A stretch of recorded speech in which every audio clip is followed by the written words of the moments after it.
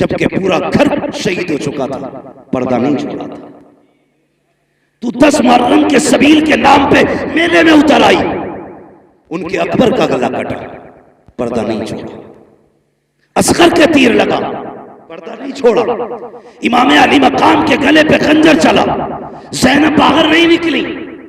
आज बता 10 मुहर्रम के नाम पे कौन सा तमाशा नहीं हुआ है? और इतनी गुजारिश आपसे भी है, ये देखो मेरे हाथ जोड़े, तुम सबील के नाम पे 10 दिन लंगर चलाते हो।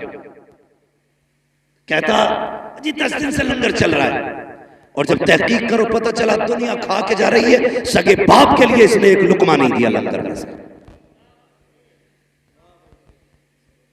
ये हुसैनियत है हमारी। 10 दिन कुत्ते चमार चूहे सब खा के जाए, और सगे बाप के लिए एक गिलास तो शरबत नहीं दे सकता। ऐसे सबील को हुसैन कबूल करेंगे? सोचना चाहिए, ख्याल करो, लकीर के फकीर ना बनो। मत खिला 100 लोगों को लंगर, टाइम से बाप को 2 वक्त की रोटी खिला दे। मत दे 36 लोगों के अंदर शरबत बांटने को, पहली आवाज पे मां को पानी पिला दिया कर, पहली आवाज पे बाप को पानी पिला दिया कर। खुदा की कसम, माँ बाप होते हैं, इनके रिश्ते दुनिया से जाने के बाद भी नहीं टूटा करता। तो हमने क्या किया? मैं एक जगह गया, उसने बुलाया हुजूर आइए, मैं चला गया भाई। उसने कहा हजरत देखिए ये मेरा तकरीबन 1-1.5 लाख का खर्च है, 10 दिन अल्हम्दुलिल्लाह डेग नहीं खत्म होती, एक बनती एक लगती है। वो उठ के गया, पड़ोसी ने आके कहा इससे ये तो पूछ लो हजरत, इसके घर पे सगी बहनें कब से नहीं आई है। थोड़ी देर के बाद फिर घूम के आया, हजरत बताइए कैसा लगा मेरा काम। मैंने उससे ये कहा कि भाई बहनें और भाई नजर नहीं आ रहे। उसने कहा जी वो नाराज है। मैंने कहा मना लिया होता। उसका जवाब क्या था जानते हो? उसने कहा छोड़ो, जितने किसी के हाथ पकड़ो उतने नखरे ऊंचे होते। ये जुमले हमारे। मैंने कहा बताना बात क्या हुई? उसने कहा बहन से इसलिए, बहन को इसलिए नहीं बुलाया कि बहनोई से मेरी नहीं बनती। यार बहनोई में तेरा ग्रुप नहीं है ब्लड का, लेकिन बहन की रगों में वही ग्रुप है जो तेरा ग्रुप है। तेरा और बहन का डीएनए एक है। तू सगी बहन को छोड़ के दुनिया को लंगर खिला रहा है। तुझे क्या लगता है हुसैन की बहन राजी होगी? खुदा की कसम तारीख पर करबला की, हम सुन्नी हैं और शुक्र है बरेली वाले सुन्नी हैं। हम सीना पीट के अली अली नहीं करते, हम सीना खोल के अली अली करते हैं। ये याद रखिए। करबला पढ़िए आप करबला और समझिए करबला को, रिश्ते कैसे निभाए हैं करबला में, रिश्ते कैसे निभाए। काफिला कैदी बन के चला था, बोलो जब नमाज का वक्त होता था, अहले बैत अतहार की शहजादियां कहती नमाज पढ़ रही है, तो यजीदी कुत्ते खुद तो शामियाने में बैठते थे, अली के घर की बेटियां नीले छत वाले आसमान के नीचे बैठा करती थी। और उनमें जो 64 औरतें चली थी, तकरीबन 20 औरतें तो सिर्फ रास्ते में शहीद हो गई थी। कोई इस गम में चली गई किसी का बेटा शहीद हुआ, कोई भाई के गम में चली गई, बड़ा दर्द था वहां पे। लेकिन कसम खुदा की कुर्बान जाओ अहले बैत के, एक एक बच्ची की अजमत पे। जब असर के वक्त में एक जगह काफिला रुका, बहुत गौर से सुनना, मैं बता रहा हूं रिश्ते कैसे निभाए गए। असर के वक्त में काफिला रुका तो औरतें नमाज में मसरूफ हुई। हजरत सकीना कई दिन से नहीं सोई थी, थकन थी। मैं तो ये कहता हूं जिसका सबसे ज्यादा करबला में खर्च हुआ है उसी जात को सैयदा सकीना कहा जाता है। हाँ, सबसे कम उम्र में सबसे बड़ा खर्चा हजरत सकीना का। अगर इस मजमे में ना इतने बड़े मर्दों के बीच में किसी के आगे किसी का कटा हाथ फेंक दो ना, पूरी गली साफ होगी। हाथ बड़ी बात है, खाली उंगली काट के डाल दो, डर के मारे लोग भाग जाएंगे। उनका जिगर कैसा था, साथ में बाप का कटा सरने से पे था। लेकिन खुदा की कसम उन्होंने रब की तस्बीह नहीं छोड़ी थी। हां, तस्बीह नहीं छोड़ी थी। जब काफिला रुका, कई वक्त से हजरत सकीना सोई नहीं, मुसलसल सफर जागना, तो सोचा कहीं आराम करूं। कोई साया नहीं था, एक झाड़दार दरख्त के पास जाकर लेट गई। आंख लग गई, बचपन था, छोटी थी, थकी थी, गम था, भूख थी, कई चीजें जमा थी, लेटी आंख लग गई। काफिला आगे बढ़ गया। मगरिब की नमाज के लिए एक जगह काफिला रुका। फिर जब काफिले को आगे बढ़ने का हुक्म दिया गया, अल्लाह अकबर, तो जिस नेज़े पे मेरे इमाम का सर था वो नेज़ा आगे नहीं बढ़ा। हजरत सैयदा ज़ैनब ने कहा, ज़ैनुल आबिदीन जी फूफी का पता करो ये नेज़ा क्यों नहीं आगे बढ़ रहा, काफिला क्यों नहीं जा रहा है। आपने पता किया तो पता चला जिस नेज़े पे सरे हुसैन है वो नेज़ा नहीं उठ रहा है। आपने फूफी से कहा, लगता है करबला के मैदान से आने वाले मुसाफिरों में कोई मुसाफिर पीछे रह गया है। कहा किस लिए? का बाबा का सर आगे नहीं जा रहा है। हजरत ज़ैनब ने जब इतना सुना, अपनी सवारी से नीचे उतरी और आवाज दी सबको। सबके नाम आए, जवाब आता रहा, लेकिन जब सकीना का नाम आया कोई जवाब नहीं आया। बेकरार हो गई हजरत सकीना के गम में, तलाश करने लगी कहां है सकीना। इसलिए कि सकीना वो है जो हुसैन के गले का तावीज है, सकीना वो है जो बाप के सीने पे सर रख के सोती थी। और यार अजीब रिश्ता होता है बाप बेटी के साथ। बाप परदेश चला जाता है, बेटियां रोया करती हैं, बाप आने में देर कर दे, बेटियां नाराज होया करती हैं। मगर मेरा हुसैन तो बेटी को आखिरी बार अलविदा कह के गया था। बेटी जानती है सामने बाप का सर कटा है, पता सकीना के जिगर पे क्या गुजरी होगी। लेकिन वो साबिर लोग हैं, शाकिर लोग हैं, उन्होंने कपड़े नहीं फाड़े, बाल नहीं नोचे, सरों पे मिट्टी नहीं डाली थी। कहते थे यार अब जिसमें तू राजी है उसमें तेरे नबी के घर वाले राजी रहते। पढ़ो कभी करबला। लेटी झाड़ी के नीचे आंख लग गई, हजरत ज़ैनब पीछे दौड़ी, तलाश करती रही, अंधेरा हो गया। दौड़ते दौड़ते वहां आ गई जहां हजरत सकीना लेटी थी।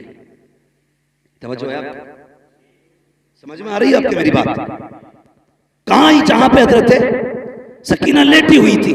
करीब पहुंची तो किसी के बोलने की आवाज महसूस हुई। आप ठहर के सुनने लगे। जब ठहर के आपने सुना ना, तो आपने देखा कोई खातून है जिसने हजरत सकीना को गोद में लिटा रखा है। मगर खुदा की कसम वो खातून भी कैसी, रात काली है मगर फिर भी चेहरे पे पर्दा है। जो बताना चाहता हूं, काली रात है, चेहरे पे पर्दा है। हजरत सकीना को गोद में लिटा रखा है। सैयदा ज़ैनब कहती, करीब गई तो ऐसे बातें कर रही थी जैसे बच्चे अपनी दादी से कहानियां सुना करते हैं। कहते लेकिन मंजर उल्टा था। हमारे घर पे बच्चे दादी से कहानी सुनते हैं, लेकिन वो बुजुर्ग खातून इस बच्ची से कहानी सुन रही थी। वो सवाल क्या था? अल्लाह अकबर। करीब गई, वो खातून कह रही थी, बेटी क्या नाम है? कहा मेरा नाम सकीना है। कहां की रहने वाली हो? हजरत सकीना ने कहा था, अब तक मदीने वाले कहे जाते थे, आज के बाद करबला वाले कहे जाते रहेंगे। क्या बात है बेटी? कहा कि आज के बाद करबला इसलिए कहे जाते रहेंगे, लोग घर बसा के शहर आबाद करते हैं, हमने तो सर कटा के शहर आबाद किया। क्या कह रही हो? कहा हमने दीन बचाया है नाना का। क्या कीमत दी है? कहा अकबर दिया, असगर दिया, कासिम दिया, अब्बास दिए, हमने अपने 72 दिए हैं दीन के बदले में। इतनी बात हुई थी, हजरत ज़ैनब की चीख निकली, गोद में पड़ी, आगे उठाया सैयदा सकीना को, सीने से लगाया, बेटी को सीने से लगा के कहने लगी, खातून तेरा एहसान है, तूने जंगल में हमारी बेटी को संभाल रखा है, कभी वक्त पड़े तो हमारे मदीने आ जाना, तेरी वहां खिदमत करके हम तुझे इसका सिला देंगे। यहाँ गरीबुल वतन है, क्या दे तुझे, कभी वक्त मिले और नबी का घराना पूछ लेना, हमारे दरवाजे आ जाना, तेरी खिदमत कर लेंगे और इस एहसान का सिला देंगे। इतना कहा, खातून ने नकाब हटाया, कहा ज़ैनब अपनों को बदले नहीं दिए जाते, मैं कोई और नहीं बल्कि तेरी मां फातिमा ज़हरा मदीने से आई। आप यहां कहने लगी। जब बेटी सकीना उठी और इसने देखा काफिला नहीं था, ये रोई, कहा इसकी मैं रोने को बर्दाश्त न कर सकी, मैं जन्नतुल बकी से उठ के आ गया। अल्लाह अकबर। ये इन रिश्तों की कदर किया करो। खुदा की कसम पूरी तारीख करबला की आप इसमें हर कदम पे एक पैगाम, हर कदम पे एक पैगाम। और आखिरी बात करने लगा हूं, बहुत गौर से सुने। करबला का सबसे बड़ा पैगाम यह है कि कुछ भी हो जाए शरीयत नहीं छोड़नी। समझ गए मेरी बात? कुछ भी हो जाए शरीयत, शरीयत, आप भी बोले शरीयत, ये पीछे वाले बोले शरीयत, नहीं छोड़नी है। याद रखिएगा, जिंदा हो जाते हैं जो मरते हैं रब के नाम पर। अल्लाह अल्लाह मौत को किसने मसीहा कर दिया? आंखों से नहीं देखा? जिनके नहरे फुरात पे पहरे थे, आज उनके करबला में अते पते नहीं मिलते हैं। जिनके सर काटे गए, आज भी करबला में उनकी हुकूमत के झंडे लहरा रहे हैं। ये मत समझना जो कट जाते हैं वो मिट जाते हैं, जो मार दिए जाते हैं खत्म हो जाते हैं। नहीं, कौन रहेगा ये फैसला रब करेगा, कौन नहीं रहेगा ये फैसला भी रब करेगा। देखो, करबला में मरने वाले, शहीद होने वाले आज भी हैं, और जिन्होंने मारा था उनका पता तक नहीं मिल रहा, पता तक नहीं मिल रहा। मगर याद रखिएगा, कभी समझे, अल्लाह अकबर, 10 मुहर्रम के नाम पर तेरी बेटी बेगैरती करेगी, तुझे सैयदा फातिमा के आगे खड़े होकर हिसाब देना पड़ेगा।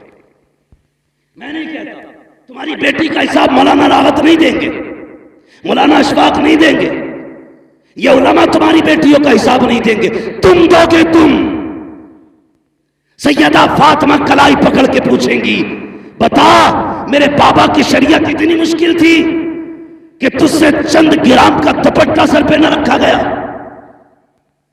क्या जवाब दोगे? सोचो तो सही। कोई जवाब नहीं है तुम्हारे पास, और किसी के पास नहीं होगा, किसी के पास नहीं होगा। जिंदगी ऐसी गुजार के जा, अगर सैयदा आए, अगर कुछ पेश ना भी कर सके तो कम से कम उनके आगे शर्मिंदा ना होना पड़े, शर्मिंदा ना होना पड़े। एक रिवायत मिलती है किताब में, अहले बैत अताहर की चादरें खींची गई, छीनी गई, है किताब में, लेकिन मेरा इश्क कबूल नहीं। मैं अपनी बात करता, मेरा इश्क कबूल नहीं करता। क्यों? इसलिए कि हजरत राबिया बसरिया बेटी नहीं है हुजूर की, हुजूर की बेटी की कनीज है, गुलाम है उनके दर की। सो रही रात में चोर आ गया, उसने चादर खींचने के लिए हाथ बढ़ाया। आज तो पैसे की चोरी होती है, उस वक्त कफन तक लोग चुराते थे। हाँ? आज तो 10-5 हजार उल्टा चोर चुराने के लिए खर्च कर लेता, 10-5 खर्च करके 10-5 लाख चुरा लेता है ना, चुक्का डालना जैसे कहते हैं। तो ये सिस्टम आज होता है, लेकिन पहले कपड़ा ही मिल गया, बड़ी बात। राबिया बसरिया सो रही, चोराया, हाथ बढ़ाया, आंखों के आगे अंधेरा, डर के छोड़ दिया, फिर हाथ बढ़ाया, फिर छोड़ दिया, 3 बार किया, 4थी बार हाथ बढ़ाना चाहता था, आवाज आई, नादान देख नहीं रहा, राबिया बसरिया सो रही है मगर इसका खुदा जाग रहा है, खुदा जाग रहा है, कोई चादर नहीं छीन सकता। ओ भाई मुझे बता, अगर राबिया की चादर रब नहीं छीनने देता तो अली की बेटी की चादर कैसे छीनने दे सकता? जबकि उनकी इज्जत और उनकी तहारत की हिफाजत का जिम्मा मेरे रब ने लिया। हाँ, खुदा की कसम, पढ़ो ना करबला को, जब यजीद के दरबार में हज़रत सकीना गई, कौन, कितनी उम्र थी? सारे बोले कितनी? हाँ बोल दो भाई, आप भी कितनी? 7 साल। कम से कम सुन्नियों को उनके बारे में तो पता रहता ही है सभी को। अब मुझे डाउट हो रहा थोड़ा सा, कितनी उम्र थी? आगे वाले बोले 7 साल। 7 भी है, 4.25 साल भी है, अलग अलग तारीख है, ठीक है जी, 7 साल भी माना। तो ये कोई इतनी बड़ी उम्र नहीं है जिसमें औरतें पैरों तक पर्दा लटका के चले। हमारे यहाँ बचपन ही तो है 7 साल। यजीद के दरबार में जब खड़ा किया गया, उस वक्त हजरत सकीना के गले में रस्सी थी। यजीद ने ये पूछा, कौन है ये? हजरत फिजा ने बोलना चाहा, उसने कहा तू चुप रहे, मुझे इससे पूछना है। जिद्दी जलील करना चाहता था वो। उसने फिर कहा कौन है तू? हजरत सकीना की कोई आवाज नहीं निकली। कहा ये बोलती क्यों नहीं? इमाम ज़ैनुल आबिदीन ने कहा जालिम, ये बोले कैसे? इस बच्ची के गले में जो रस्सी है ना, इसका फंदा इतना टाइट है कि आवाज नहीं निकल पा रही। अगर बात करनी है इससे तो कम से कम रस्सी तो ढीली कर। एक ही यजीदी आगे रस्सी खोल ले बड़ा। सुनना प्यारे, तेरी बेटी बाजार में कहां कहां ना गई, कितने मर्दों से बाजू टकराए, कितनों के हाथ लगे, कितनों की नजरें पड़ी हैं। देख अपनी बेटी को, देख हुसैन की बेटी को। एक ही यजीदी गले का फंदा ढीला करने के लिए आगे बड़ा, दौड़ लगाई, इमाम ज़ैनुल आबिदीन के कदमों से लिपट गई। उसने कहा ये कैसी बच्ची है, अपने गले का फंदा ढीला नहीं करने देती। इमाम ज़ैनुल आबिदीन ने तड़प के कहा था, ओ जालिम तू नहीं जानता, ये अली के घर की बेटी है, ये मर तो सकती है, किसी गैर का हाथ इसके बदन को लग जाए गवारा नहीं कर सकती। ये अली के घर की गैर है, उनके घर की बच्ची की ये हया है, और तेरी 18 साल की बिगड़ गई। हाँ, सिर्फ सबील पी लेना ये सुन्नियत नहीं है, खिचड़े खा लेना सुन्नियत नहीं है। तेरी बेटी देखने में कनीज़े फातिमा ज़हरा नजर आए, ये सबसे बड़ी सुन्नियत है। हाँ, 10 मुहर्रम आए तो काले कपड़े न पहन, धागे न लपेट, ढोलक न लटका, जैसी पहली मुहर्रम का चांद नजर आए तेरे घर से कुरान की तिलावत की आवाज आनी चाहिए। करेंगे इंशाअल्लाह ऐसा, सारे बोलो इंशाअल्लाह। और मैं इस पर भी बहस नहीं करूंगा कौन कुरान पढ़ता, कौन ढोल बजाता। मैं तो ये दुआ करूंगा जो ढोल बजाते हैं उनका हश्र ढोल वालों के साथ हो, जो कुरान पढ़ते हैं उनका हश्र कुरान वालों के साथ। अब तेरी मर्जी है कौन सा अमल देता है। चले थोड़ा खत्म कर दें, तवज्जो है आप लोगों की। बातें कड़वी है, मेरी तकरीर तबे यार को बेचैन करती है। सबब क्या है वही कहता हूं जो दिल पर गुजरती है। दिल दुखता है, मौत की तैयारी करो, मरने की तैयारी करो, इससे पहले कि कोई कहे अच्छा हुआ बेगैरती चली गई मोहल्ले की। ऐसी जिंदगी गुजार के जब लोग रो के कहे बड़ा अफसोस है दीन का सुतून चला गया, दीन का मजबूत खंबा चला गया, दीनदारों का सहारा चला गया। ऐसी जिंदगी गुजार के जा, फिर देख तू बाद में आएगा मदीने वाला तेरी कब्र में पहले आ जाएगा। हाँ, कम से कम उनके हो के तो जियो। आज बेपर्दगी देखो और कल का पर्दा देखो। अल्लाह तौफीक दे। सबसे ज्यादा जरूरी है इस वक्त पर्दे को आम किया जाए, पर्दे को आम किया जाए। अभी कई लड़कियां जो मुर्तद हुई उनके हवाले से लोगों ने कहा कि देखो ये जितनी भाग रही है ना गैर मुस्लिमों के साथ, ये सारी पर्दे वाली होते जा रही है। मैंने कहा तूने गलत सोचा और समझा भी गलत है। ये जितनी भाग रही है ना ये पर्दे वाली नहीं, ये सारी बेपर्दा। का तुमने नहीं देखा फला स्कूटी पे नकाब में थी, फला होटल में नकाब में थी, उस रोड में नकाब में थी, फला जगह नकाब में थी। मैंने कहा सुन, अगर इसने बचपन से नकाब पहना होता ना तो आज किसी कुत्ते के बिस्तर पे नहीं होती। आज ये अपने ऐप को छुपाने के लिए नकाब का सहारा ले रही है। क्या कि अच्छा होता इसने बचपन से नकाब पहना होता, खुदा की कसम ये नापाक के बिस्तर पे नहीं होती, ये भी जन्नती होती, और जिसके बिस्तर पे जाती वो बिस्तर भी जन्नती का बिस्तर हो। मगर हुआ परवरिश गलत की, लुक़्मे हराम के खिलाए गए, औलाद को दीन शरीयत नहीं बताई गई, इसलिए उसे भगवान खुदा में फर्क नहीं। ख्याली बातें लगी उसे जन्नत की, और हमारी अभी टोपियां नीचे नहीं हुई, हम अभी भी टांगे खींच रहे हैं, एक दूसरे को जलील करने पे लगे। बचाओ यार उम्मत को, उम्मत डूब रही है। अल्लाह तौफीक दे तो एक दूसरे का सहारा बनो, सहारा बनो। और तुमसे गुजारिश है, दिल तो तब दुखता है जब सगा चाचा यतीम भतीजियों की जिंदगी में आग लगाता है। यह भी हमारे माशरे का एक है।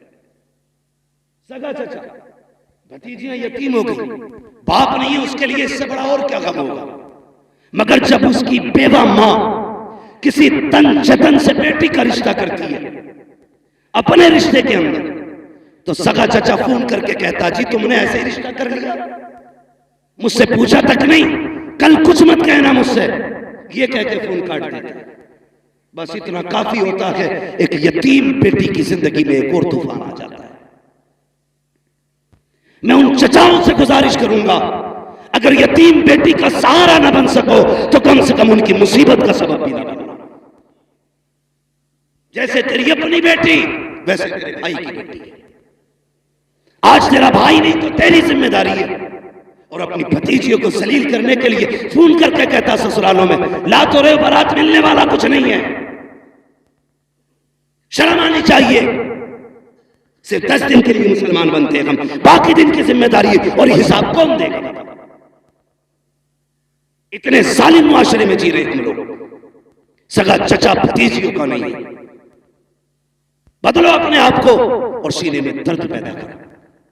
अगर एहसास नहीं आपके सीने में तो दिल नहीं है, तुम्हारा सीना कब्रिस्तान है। एहसास पैदा करो, इसमें दर्द पैदा करो।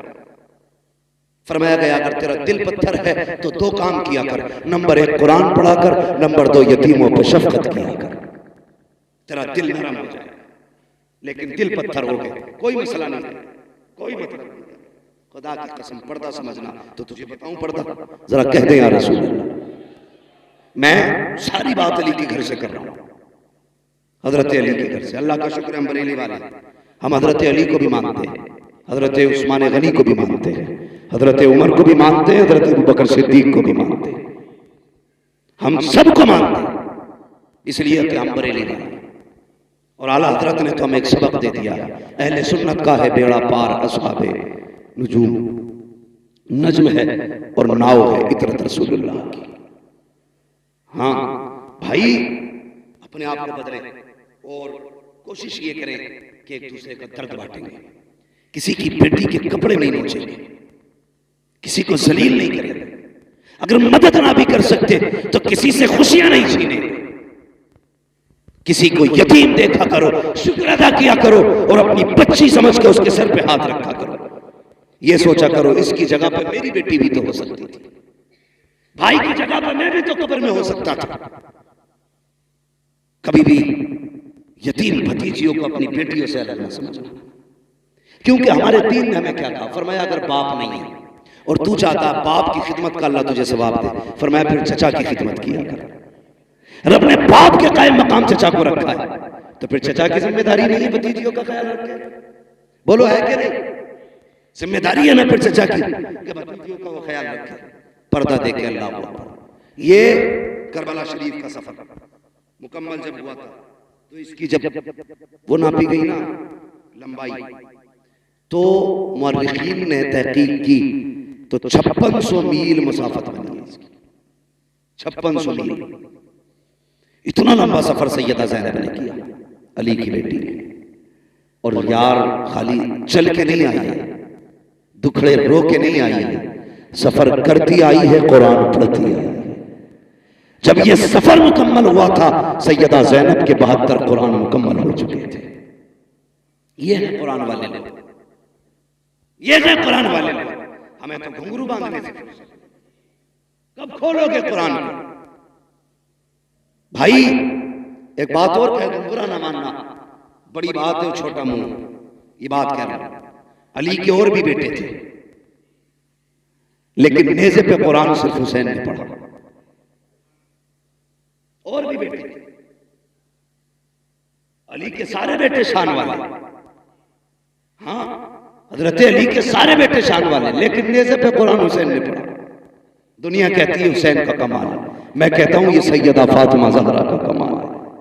इसलिए कि उन्होंने बच्चों की परवरिश ही ऐसी की थी कि झुलाती थी तब कुरान सुनाती थी, दूध पिलाती थी तब कुरान सुनाती थी, एक एक लम्हा कुरान सुना के गुजारा। जब उन्होंने बचपन में माँ की गोद से कुरान सुना था तभी तो नेज़े पे चढ़ के कुरान पढ़ के सुनाया था। आज माए ड्रामे देख के बच्चे पाल रही है, तो बच्चे क्या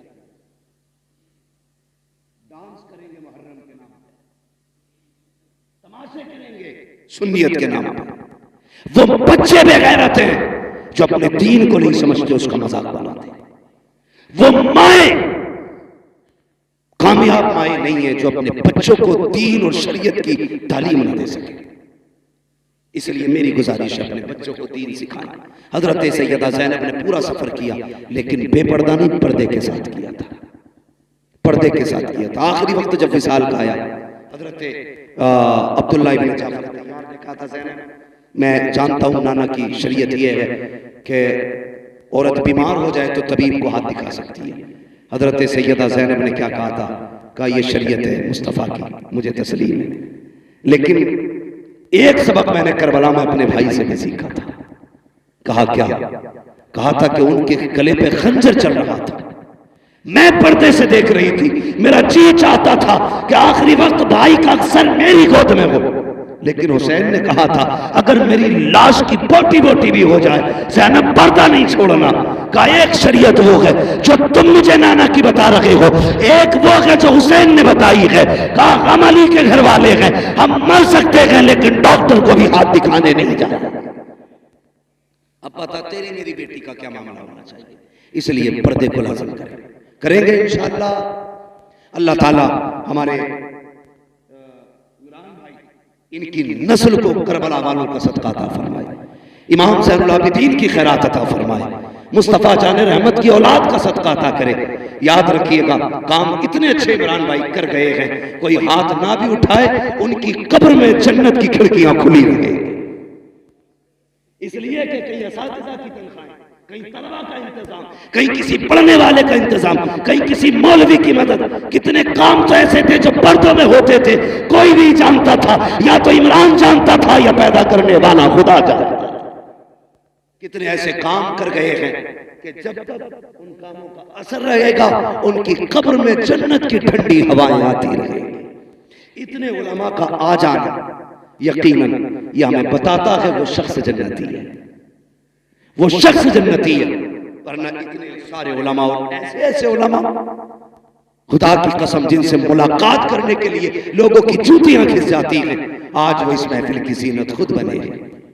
ये बता रहा है कि मोहम्मद से वफा तूने तो हम तेरे हैं, ये जहाँ चीज़ है क्या लोहो कलम तेरे हैं, वह अम्मा बिनेमति रब्बिका फहद्दिस। वो लोगों अपने रब की नेमतों का खूब खूब चर्चा करो, तज़किरा करो। ये ज़िंदगी अल्लाह की नेमत है, इसको सही से गुजारो, मौत के लिए तैयार रहिएगा। बच्चों हुए अगलात उनको माफ़ फरमाए रब्बे कायनात। ज़िंदगी ने दिया साथ, फिर होगी मुलाकात। सारे लोग कलमा शरीफ पढ़ लीजिए, ला इलाहा इल्लल्लाह मुहम्मदुर रसूलुल्लाह व मा अलैना इल्लल बलाग। अस्सलामु अलैकुम व रहमतुल्लाहि व बरकातुहू।